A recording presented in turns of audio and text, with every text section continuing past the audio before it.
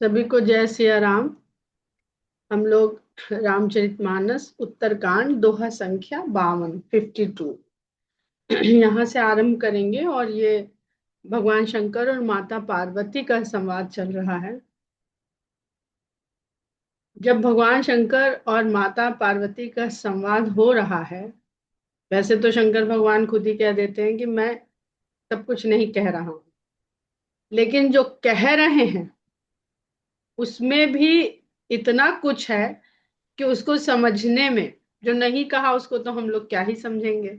मतलब भगवान की कृपा हो जाए ना, कहते हैं मानस में जो गोस्वामी जी ने लिखा है वो समझना एक बात है, फिर जो नहीं लिखा है और उसी के द्वारा उसको समझना एक और बात है।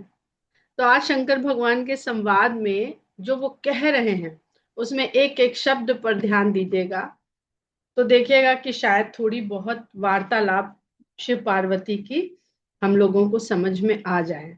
माता पार्वती कहती हैं भगवान शंकर से, धन्य धन्य मैं धन्य पुरारी, सुनेउ राम गुण भव भय हारी। तुम्हारी कृपा कृपायतन अब कृत कृत्य न मोह, जानेउ राम प्रताप प्रभु चिदानंद संदोह। कहती हैं, हे त्रिपुरारी। त्रिपुरारी शब्द से उनको संबोधित कर रही हैं। भगवान शंकर का जो पुरारी जब भी कहा जाएगा मानस में, तो वो त्रिपुरारी। पुरारी और त्रिपुरारी में अगर हम त्रिपुरारी नहीं समझ रहे हैं तो बड़ा भ्रम हो जाएगा। तीनों लोगों को जो त्रिपुरासुर था ना, त्रिपुरासुर, उसका अंत करने के कारण भगवान शंकर को त्रिपुरारी यानी उसका शत्रु कहा गया। अब हैं तो वो त्रिपुरासुर अरि, त्रिपुरासुर अरि हैं, लेकिन त्रिपुरारी कहा जाता है। और गोस्वामी जी ने पुरारी भी कह दिया है। पुर यानी लोक और त्रिपुर यानी तीन लोक। और ये जो लोक बने, इसमें जो तीन लोक सर्वप्रथम ऐसे लोक हैं, तत्व कह लें, जो पूरे सृष्टि में व्याप्त हैं, वो हैं तीन गुण, सत रज तम। और सत रज तम प्रभावित किससे हुए आगे बढ़ने के लिए? अहंकार से। तो भगवान शंकर किसके शत्रु हैं? अहंकार के शत्रु हैं। जिसने पूरे, हम धरती और मनुष्य जीव जाने दीजिए, सभी लोकों में जिसने अपना ऐसा साम्राज्य फैला रखा है कि उसी के कारण सारा कष्ट भी है, उसी के कारण सारा अभिमान भी है। तो भगवान शंकर उसके शत्रु हैं। कैसे शत्रु हैं? वैरागी हैं। तो अहंकार का शत्रु होने के लिए आवश्यक क्या है? वैरागी भाव। तो माता पार्वती उनको कह रही हैं, हे त्रिपुरारी, मैं अब धन्य हो गई, सुन्यौ राम गुण भव भयहारी। तो जो अहंकार है वही संसार का असली भय है। इस संसार का वास्तविक भय अहंकार है। अहंकार से ही सारे दोष पैदा हुए, जिनका प्रतीक रावण है। उन उस भय को हरने वाले राम के गुण, अब गुण की ही बात है तो जैसा बुखार वैसी दवा, गुण आधारित ये विकार हुआ ना। सतगुण, सतोगुणी अहंकार, रजोगुणी अहंकार, तमोगुणी अहंकार। तो गुण आधारित जो अहंकार है उसके लिए दवा भी गुण आधारित होनी चाहिए। जो वैक्सीन लगती है ना, वो जिस वायरस के लिए वैक्सीन लग रही वही वायरस उसमें उसकी काट करता है। सिंपल सिद्धांत है ये औषधि विज्ञान का, जो आधुनिक औषधि विज्ञान है। अब उस गुण जनित अहंकार के भव को हरने वाला राम के गुण है, वो आपने मुझे कहे। तो एक ही चौपाई में माता पार्वती ने पूरे रामचरितमानस का जो उद्देश्य है वो कह दिया। फिर कहती है, तुम्हारी कृपा कृपायतन अब कृत कृत्य न मोह। हे कृपा के धाम, आपकी कृपा से अब मैं कृतकृत्य हुई और अब मुझे मोह नहीं रहा। अब कृतकृत्य न मोह, मोह छूट गया। अहंकार से पैदा क्या हो जाता है? अहम भाव, यानी मेरा, मैं, और मैं होते ही मेरा। तो ये मोह को पैदा करता चला जाता है, सब कुछ मेरा, सब कुछ मेरा, यही मोह है। जान्यू राम प्रताप प्रभु, चिदानंद संदोह। राम का जो प्रताप है, हे सच्चिदानंद घन प्रभु, मैं अब राम के प्रताप को जान गई। अब यहां पर देखिए तो बालकांड में पहुंच जाइए, थोड़ा हम आपको बता देते हैं।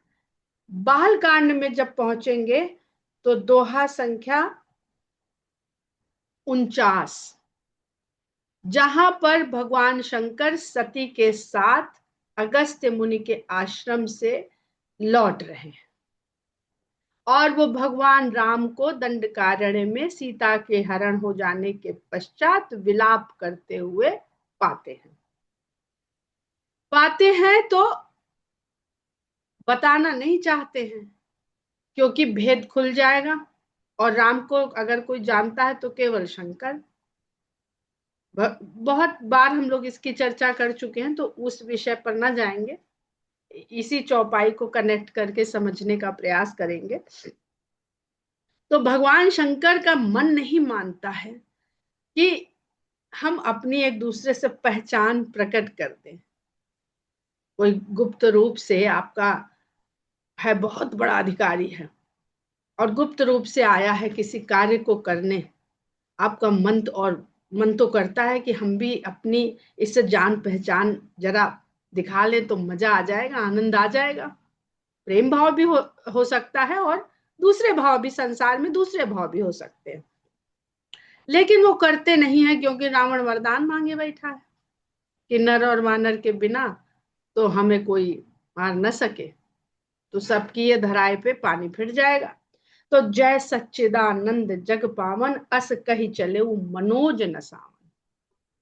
भगवान राम को वो जय सच्चिदानंद, जगत को पवित्र करने वाले सच्चिदानंद कह करके उनको प्रणाम करते हैं और वहीं से सती को मोह घेर लेता है। पढ़ लीजिएगा वो पूरा प्रसंग, आप लोग उसको जोड़ने में फिर आसानी रहेगी। तीन नृप सुतहि कीन्ह परिणामा, कही सच्चिदानंद परधामा। और यहां तक तो ठीक था, चलो प्रणाम कर लिया, तब तक भी सती को ठीक था। लेकिन जब शंकर आगे बढ़े तो ऐसे भगवान के रूप में मुग्ध हैं, खो गए हैं कि बार बार पलट के उनको देख रहे हैं और देह की दशा जो उनके हो गई वो सती देख रही हैं, पति हैं उनके। तो ये देख करके उनको मोह हो जाता है कि एक तो ये अभी अभी वहां से इतना बड़ा अगस्त्य मुनि के यहाँ से आदर सम्मान सब प्राप्त कर रहे हैं, और एक राजा के सुत को तिन नृप सुत ही कीन्ह परिणाम। अरे राजकुमार, अरे कोई ऋषि मुनि होता तो भी समझ में आती बात। एक राजकुमार साधारण सा, जाने क्यों उसको पिता ने वनवास दे दिया और वहां उसकी पत्नी का हरण हो गया, और ये तो रोता कलपता घूम रहा है, विलाप करता हुआ, छोटा भाई इसका संभालता घूम रहा है। इसको प्रणाम करने की क्या आवश्यकता थी? और वो भी कहीं सच्चिदानंद परधाम, परम धाम के आप बसने वाले सच्चिदानंद। हर धाम में देखिए, त्रिपुरासुर अहंकार, जहां अहंकार है वहां आनंद नहीं रहेगा, ये दोनों का झगड़ा रहता है। और आनंद जहां आ गया, सच्चा आनंद चित्त में आ गया, तो अहंकार अपने आप किसी चीज में फिर रह ही नहीं जाता है। तो यहाँ पर माता पार्वती क्या कह रही है? चिदानंद संदोह, यानी आप जो जो उस आनंद को जानता है वो भी तो चिदानंद आनंद का घनीभूत स्वरूप ही है।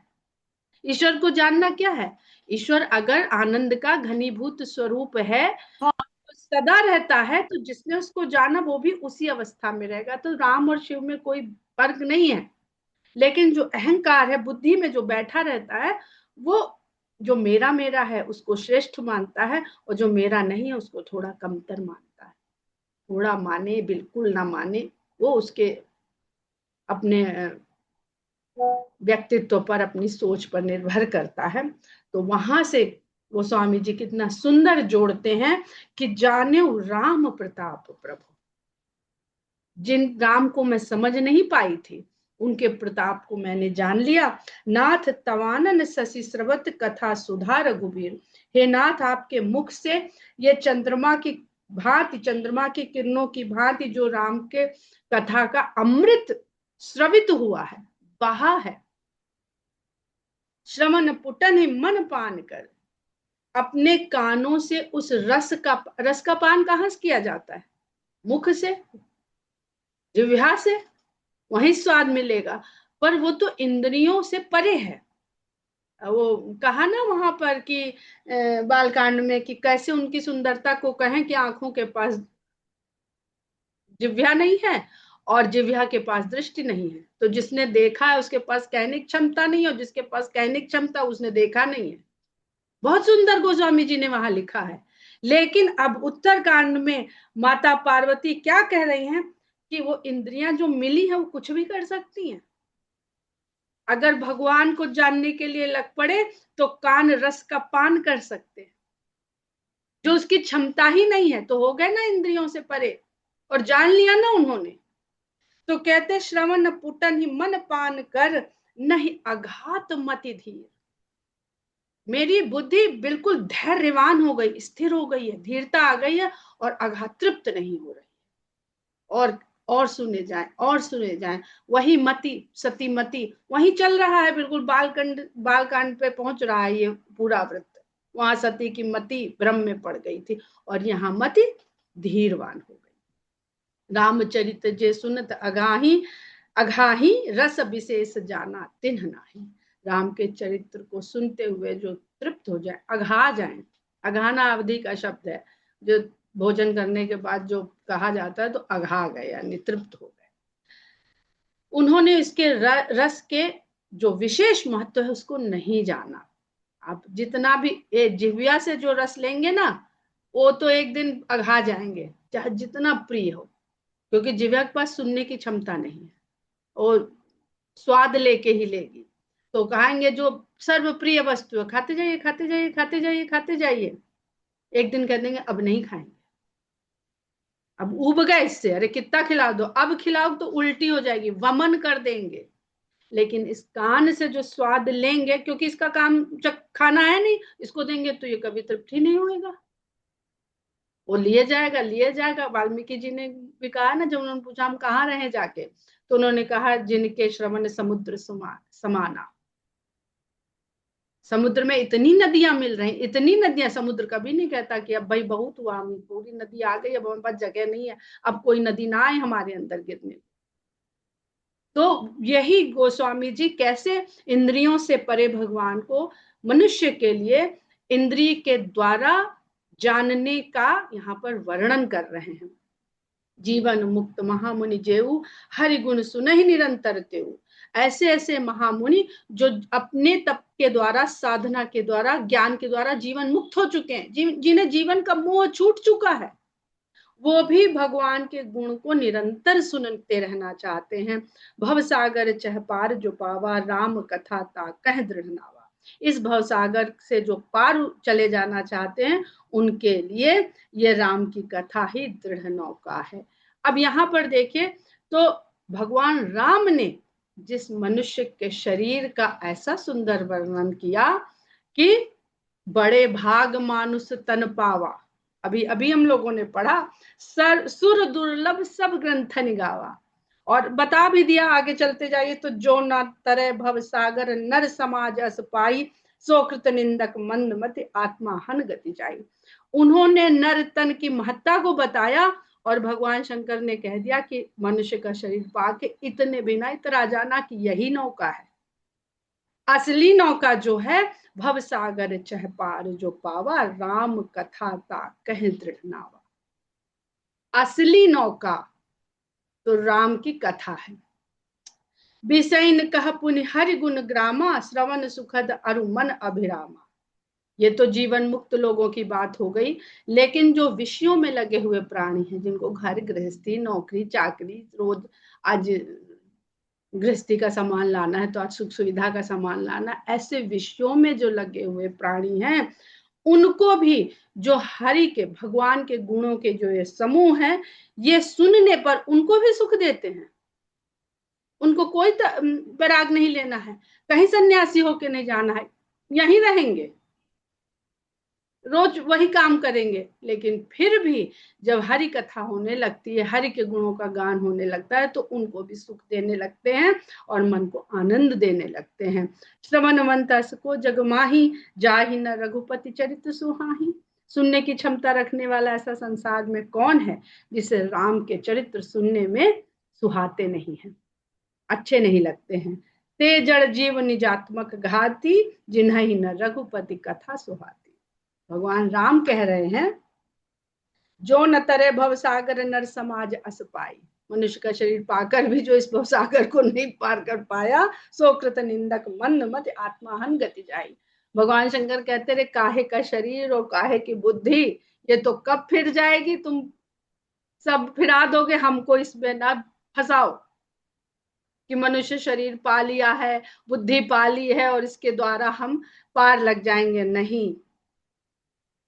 ते जड़ जीव निजात्मक घाती, जिन्हीं न रघुपति कथा सुहाती। तुम्हारी कथा अच्छी लगती रहे, जिसको नहीं अच्छी लगती वो अपना खुद का, वहां वो भी आत्महन की बात कर रहे हैं, ये निजात्मक घाती बता रहे हैं।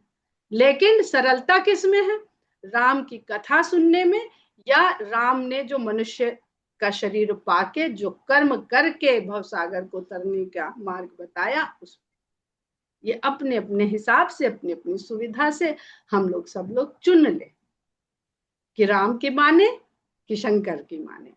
हरिचरित्र मानस तुम गावा, सुनि मैं नाथ अमित सुख पावा। हरिचरित्र मानस तुम गावा, हे नाथ आप अब हरिचरित्र, रामचरित्र नहीं, हरिचरित्र, क्योंकि सती की बुद्धि में होने वाले भ्रम को हर लिया भगवान की कथा ने। तो अब यहाँ पर भगवान की जो कथा है वो भ्रम को हरने वाली है, इसलिए वो कह रही है कि हरिचरित्र मानस तुम गावा। तुम्हारे मन में जो ये सब था वो तुमने हरि का चरित्र गा दिया। सुनि मैं नाथ अमित सुख पावा, उसको सुन करके मैंने अमित सुख प्राप्त किया है। तुम जो कही ये कथा सुहाई, काग भुसुंड गरुण प्रति गाई। और आपने जब मुझे ये कथा, सुहावनी कथा सुनाई, तो काग भुसुंड गरुड़ प्रति गाई, ये बताया कि वो कथा सुना रहे हैं जो काग भुसुंडी जी ने गरुड़ जी को सुनाई थी।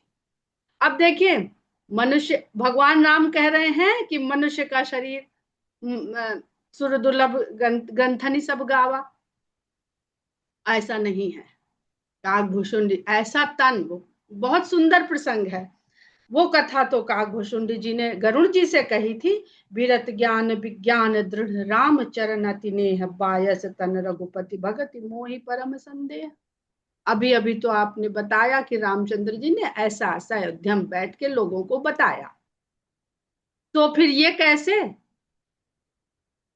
कि काकभूषुंडी जी तो बिल्कुल विरक्ति भाव में है, ज्ञान है, तत्व ज्ञान भी है, और राम के चरणों में जो उनका स्नेह है वो अति दृढ़ है। उसके बाद भी बायस तन, कौवे का शरीर,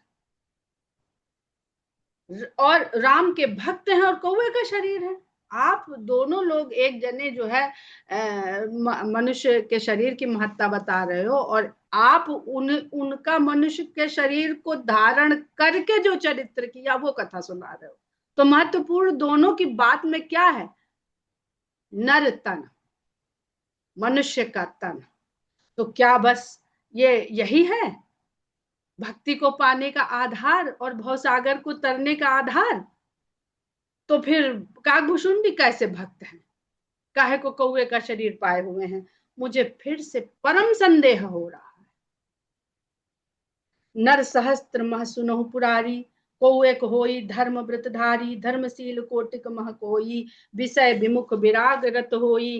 कोटि विरक्त मध्य श्रुत कहई, सम्मक ज्ञान सकृत को लहई। ज्ञानवंत कोटिक मह को, जीवन मुक्त सकृत जग सो। तीन सहस्त्र महु सब सुख खानी, दुर्लभ ब्रह्मलीन विज्ञानी। धर्मशील विरक्त अरुज्ञानी, जीवन मुक्त ब्रह्म पर प्राणी। सब ते सो दुर्लभ सुर राया, राम भगत रत गत मद माया, सो हरि भगत काग किमि पाई, विश्वनाथ मोहि कहु बुझाई। तो क्या क्या कह दिया, पार्वती जी हैं, सब ज्ञान है उनको भी, ऐसा तो है नहीं कि कुछ बैठ के हमारे जैसे सोता बैठ गए जो भी सुना रहे हैं। हाँ भाई, क्योंकि कुछ पता ही नहीं है, जितना भी जानने को मिल रहा है उतना ही बढ़िया है। तो कहती हैं, नर सहस्त्र मह सुनहु पुरारी, हे त्रिपुरारी, हजारों मनुष्यों में से, हमने फॉर्मूला सा बना के इसको लिख लिया है यहाँ पर, कि हजारों मनुष्यों में से कोई एक मनुष्य ऐसा होता है जो धर्म के व्रत को धारण करता है, कि हम धर्म के मार्ग में चलेंगे, चाहे हम पर अच्छा समय हो चाहे बुरा समय हो, आपातकाल पर रखिए जारी, धीरज धर्म मित्र नारी, आपातकाल पर रखिए जारी। तो हजार मनुष्यों में कोई एक ऐसा होता है जो धर्म के मार्ग में चलने का व्रत धारण कर लेता है। और करोड़ धर्म व्रतधारी जब हो जाते हैं, तब उनमें से कोई एक को विषय से विमुखता आती है, कि वैषयिक सुख नहीं चाहिए, जो शरीर के लिए है वो नहीं चाहिए, और वैराग्य में रत होता है, उसका वैराग्य में मन लगता है। अब ऐसे मनुष्यों में करोड़ों जब हो जाए, ऐसे जिनको विषय में कोई सुख ना हो, वैराग्य में सुख हो, उनमें से कोई एक सम्यक ज्ञानी बनता है। सम्यक ज्ञानी मतलब यथार्थवादी, जैसा अर्थ है वैसा जानना, जैसा भगवान ने बनाया ठीक वैसा जानना। ऐसा ज्ञान थोड़ी कि आज ये कहने 50 साल बाद कुछ और कहने लगे, अरे ये तो सब गलत जाना था हमने, 50 साल बाद फिर कुछ और कह रहे हैं, रोज बदल रहा है, एक सेंचुरी में 4-4 सिद्धांत आ रहे हैं, और लगता अब यही सही, अब यही सही है। तो इतनों में फिर कोई एक यथार्थवादी होता है, और करोड़ों यथार्थवादी जब हो जाते हैं, तब उनको जीवन का मोह छूट जाता है। नहीं तो आदमी कहता है जब तक जीवन रहे ये जानते रहें, इसका आनंद लेते रहें। उनमें कोई एक होता है जो जीवन मुक्त होता है, और जो सबसे दुर्लभ है, जीवन मुक्त जीव होना वो बहुत दुर्लभ है। और जीवन मुक्त जब जीव हो जाता है, वो जब हजारों हो जाते हैं, तब ब्रह्मलीन विज्ञानी होता है, जो ब्रह्म में लीन हो जाता है। और उन ब्रह्मलीन विज्ञानियों में से बड़ी मुश्किल से किसी एक को चुना जाता है कि इसको भैया राम भक्त। तो ब्रह्म को जानने वाले, ब्रह्म में लीन हो जाने वाले बहुत हैं, लेकिन उनमें से बड़ी मुश्किल से किसी एक को चुना जाता है। अब देख लीजिए, आप उंगली में गिन पाएंगे राम भक्त, हनुमान जी, शंकर भगवान, कागभूषुंडी, शबरी, पूरी उंगली नहीं पूरी होंगी, कहीं ना कहीं कुछ ना कुछ गड़बड़ हो जाएगी। तो कहती हैं फिर कि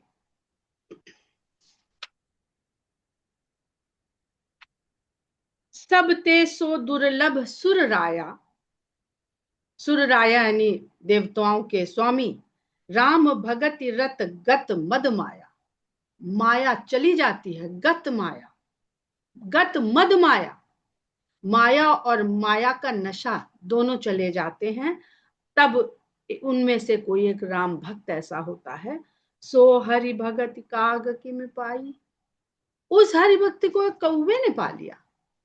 ऐसा कौन सा कर्म करने को, उसके तो कर्म के अधीन भी नहीं है, वो तो जितना प्रकृति ने दे दिया, सोच विचार भी उतना ही है कि अपना भरण पोषण कर ले और अपने को बचा ले। विश्वनाथ मोहि कहु बुझाई, हे विश्वनाथ मुझे जरा बुझाने का मतलब समझते हैं आप लोग, समझाना और बुझाना, मतलब समझाओ, बीच में पूछो समझे कि नहीं, इसको कहते बुझा। पहली बुझाई जाती है ना, पहली समझाई नहीं जाती, पहली बुझाई जाती है। गोस्वामी जी के एक एक शब्द को ध्यान देने वाला है, तो बीच बीच में पूछते जाना, समझ में आया ये जो ये से हमने बताया, तो बुझाते भी जाना। जब हम बता दें तो समझ लेना कि हाँ सही, अब हमको सिद्धांत समझ में आया। नहीं सुनने में तो बड़ा मजा, जब आप पूछे तो हम तो बता ही ना पाए, क्या समझ तो गए पर बता नहीं पा रहे हैं। तभी गोस्वामी जी कह देते हैं ना, कहा कि कठिन समझत कठिन बाचत कठिन विवेक।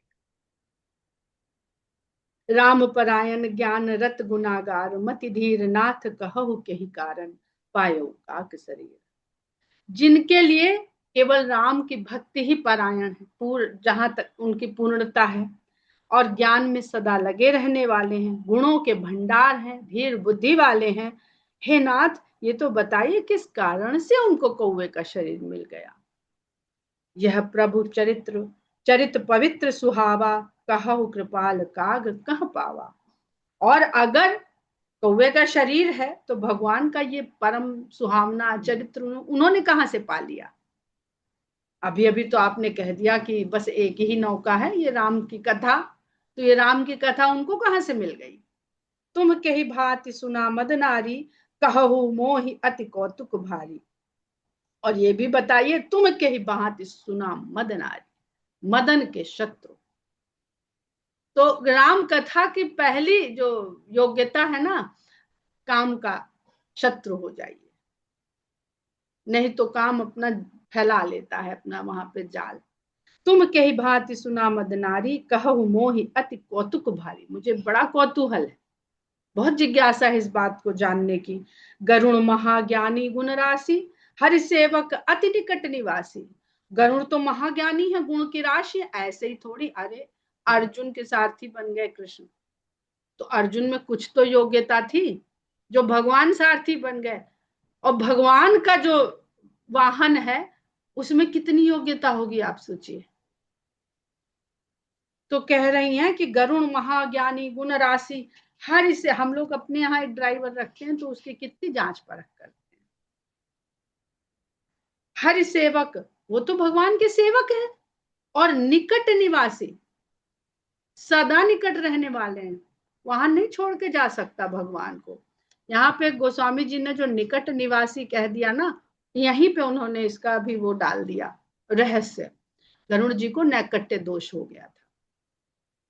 बहुत महत्वपूर्ण व्यक्ति के साथ जब आप रात दिन बिताने लगते हैं तो आपको उसकी महत्ता फिर महत्ता नहीं लगती, आम लगने लगता है।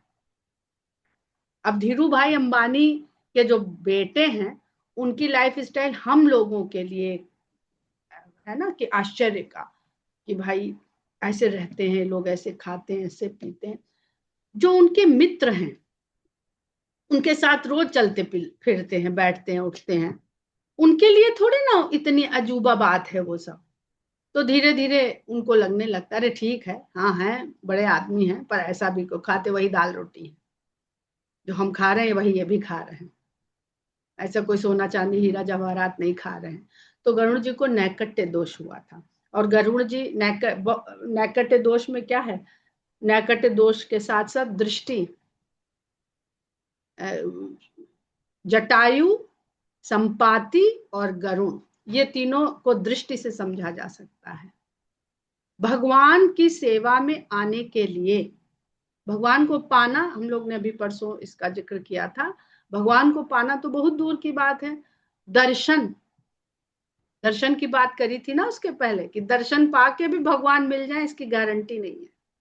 तो दर्शन के लिए चाहिए दृष्टि। तो जटायु जी के पास पंख थे, उड़ सकते थे, लेकिन संपादी जी के पास दृष्टि थी। तो ये पाना और दर्शन को समझिएगा। संपाति जी ने सीता का दर्शन तो किया पर उड़ान नहीं थी, ये जीव के उससे समझिएगा बात, भ्रमित मत होइएगा। और गरुड़ जी के पास दृष्टि भी थी, उड़ान भी थी, भगवान भी थे, लेकिन वो सदा दूसरी दिशा में ही उड़ते थे, मतलब देखते थे, जिधर देखते थे उधर ही उड़ते थे। तो इसलिए उनको नैकट्य दोष हो गया था। और अहंकार के कारण ही ये दोष हुआ था कि हम लेके जाते हैं, हम इनको पहुंचाते हैं जहां इनको चाहिए। भक्त तो टेर लगा देते हैं, हम ना हो तो कैसे पहुंचेंगे। ड्राइवर साहब नहीं होगा, लाख पावर हो अधिकारी के अंदर, पहुंच ही नहीं पाएगा। तो ये सांसारिक चीजों से जोड़ के जब आप देखेंगे तो क्योंकि संसार के लिए ही रामचरितमानस राम ने ये पूरा चरित किया है। तेहि कही हेतु काग सन जाई, सुनी कथा मुनि निकर बिहाई। अरे वो जहां चाहते वहां चले जाते, इतने सारे आश्रम जानते थे, रोटी भगवान के साथ घूमते थे, सारे लोकों में जाते थे। तो मुनियों का समूह छोड़ के, अरे हो गया था भ्रम या सुनना चाहते थे, हम नहीं कहते भ्रम हुआ था, भगवान का गुण वो भी सुनने की इच्छा हो गई। तो सुनी कथा मुनि निकर बिहाई, मुनियों के समूह को, समुदाय को छोड़ करके वो कौए के पास गए, काग के पास गए कि हमको हरि कथा सुनाओ। कहु कवन विधि भा संपादा, देव दो हरि भगत काग उर्गादा। अब हम लोग के जानने को तो यही है कि करुण जी भी हरि भक्त हैं और काघुशुंड जी भी राम भक्त हैं। तो उनमें किस प्रकार से संवाद हुआ, जो ये कथा कहने की जुगत बनी, परिस्थिति बनी। गौरी गिरा सुनी सरल सुहाई, बोले शिव सादर सुख पाई।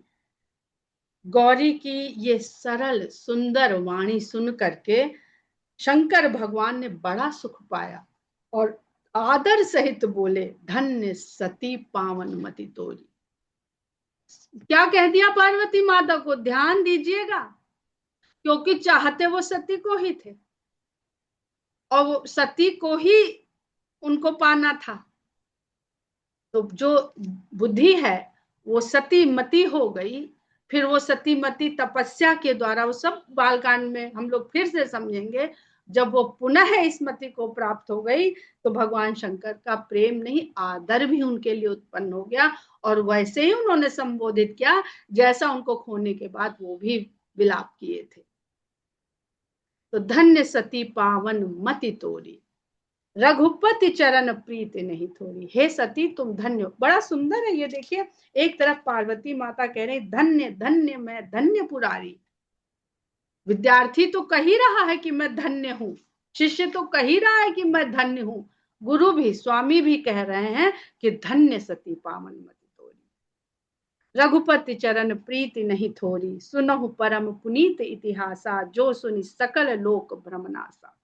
जो तुमने बात पूछी है वो पवित्र इतिहास मैं कहूंगा, जिसको सुन करके सभी लोगों का भ्रम नाश हो जाएगा।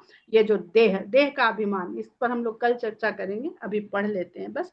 उपजई राम चरण विश्वासा, भव निधि तर नर बिनहि प्रयासा। ऐसे ही प्रश्न विहंगपति, कीन्हि काग सन जाई, सो सब सादर कही हम, सुनहु उमा मन लाई। यहीं पर हम लोग विराम लेते हैं। जय सिया राम।